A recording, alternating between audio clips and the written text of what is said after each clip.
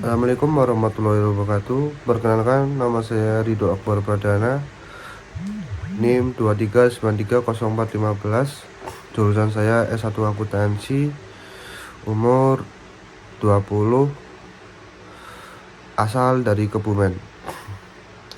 Jika saya menjadi pemimpin ketua organisasi, saya akan menjadi organisasi masyarakat yang pernah bersama membangun negeri.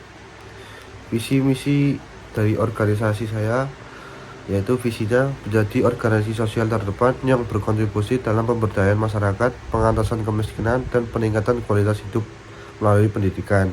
Misalnya, menyediakan program pelatihan keterampilan yang relevan dengan kebutuhan pasar agar masyarakat dapat mandiri secara ekonomi.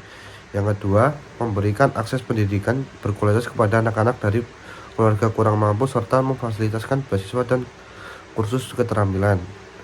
Yang ketiga, meningkatkan kesadaran masyarakat mengenai pentingnya kesehatan, lingkungan, serta partisipasi aktif dalam kegiatan sosial. Strateginya yaitu yang pertama, pemetaan kebutuhan masyarakat, yang kedua, pelatihan pengembangan keterampilan, yang ketiga, program beasiswa dan pendidikan, yang keempat, penggalangan dana dan kemitraan. Melalui proses pembinaan, sebuah organisasi masyarakat membutuhkan langkah-langkah yang struktur agar dapat menyatakan fondasi yang kokoh. Yang pertama yaitu memahami visi misi dan nilai organisasi. Yang kedua, mengidentifikasi pengakuan kepentingan. Yang ketiga, menjalin hubungan dengan tim. Yang keempat, melakukan analisis situasi dan kebutuhan. Yang kelima, menetapkan prioritas dan tujuan jangka pendek. Yang enam, membangun kepercayaan dan kredibilitas. Langkah-langkah mencapai visi dan misi.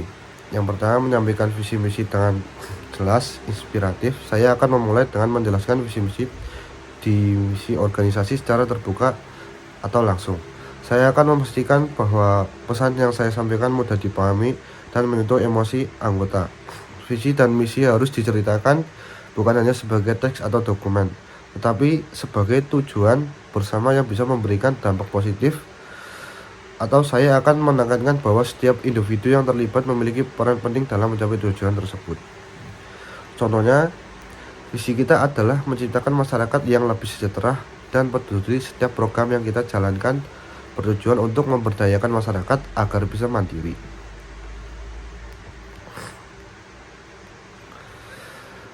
Lanjut kita ke cara menghadapi masalah internal dan eksternal di organisasi bersama membangun negeri. Menghadapi masalah internal biasanya berasal dari dalam organisasi seperti konflik antara anggota, masalah komunikasi, atau kurangnya sumber daya. Untuk menghadapinya, saya akan mengutamakan komunikasi yang terbuka, pengolahan konflik yang kontribusi, dan pemberdayaan anggota. Langkah-langkahnya mendengarkan semua pihak. Jika ada konflik antara anggota atau tim ketegangan di dalam organisasi, saya akan mendengarkan semua pihak terlebih dahulu. Masalah eksternal biasanya seperti perubahan kebijakan pemerintah, kestabilan ekonomi, atau kurangnya dukungan dari mitra eksternal. Menghadapi masalah eksternal memerlukan adaptasi yang cepat, strategi mitigasi risiko, dan membangun kemitraan yang solid. Langkah-langkah yang dilakukan adalah analisis situasi dan dampak. Saya akan melakukan analisis dalam memahami masalah eksternal dan dampaknya terhadap organisasi. Misalnya perubahan kebijakan pemerintah atau bencana alam yang dapat mempengaruhi operasional kita. Gaya kepemimpinan yang saya pilih adalah kepemimpinan transformasional. Gaya ini fokus pada pemberdayaan anggota tim, menginspirasi perubahan positif, dan mendorong inovasi serta perkembangan individu dan organisasi secara keseluruhan. Dalam kepemimpinan transformasional, saya berusaha menjadi kepemimpinan yang tidak hanya mengarah tetapi juga memberi motivasi, semangat, dan visi yang dapat membangkitkan potensi dalam diri anggota.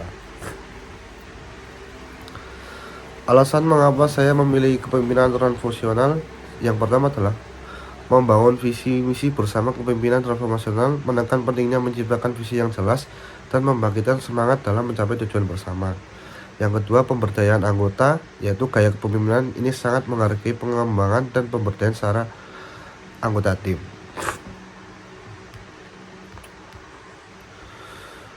Dalam menjalankan organisasi sosial sepertinya bersama membangun negeri, proses pengambilan keputusan harus dilakukan dengan cermat, transparan, dan berdasarkan pada nilai-nilai dalam visi misi.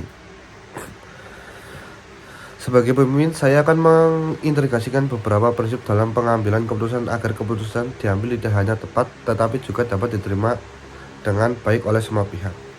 Yang pertama, mengumpulkan data dan informasi yang relevan sebelum membuat keputusan. Yang kedua, melibatkan tim stakeholders dalam proses pengambilan keputusan. Yang ketiga, menganalisis pilihan yang ada. Yang keempat, menguasai prinsip nilai dan etika. 5. Mengidentifikasikan resiko dan dampak. 6. Membuat keputusan berdasarkan konsensus. Setelah mempelajari konsep kepemimpinan, saya mengimplementasikan berbagai prinsip dan teknik yang telah saya pelajari untuk meningkatkan kualitas kepemimpinan saya dalam kehidupan sehari-hari, baik di lingkungan pribadi atau pekerjaan maupun dalam berinteraksi dengan orang lain. Berikut ada beberapa implementasi yang akan saya lakukan. Yang pertama, menjadi teladan dalam tindakan. 2. Mendengarkan dengan empati. 3. Memberdayakan orang lain. 4. Mengambil keputusan yang berbasis pada nilai prinsip. 5. Mengkomunikasikan visi dengan jelas. 6. Membangun hubungan yang kuat dan positif. 7. Mengelola konflik secara konstruksi. 8. Selalu belajar dan berkembang.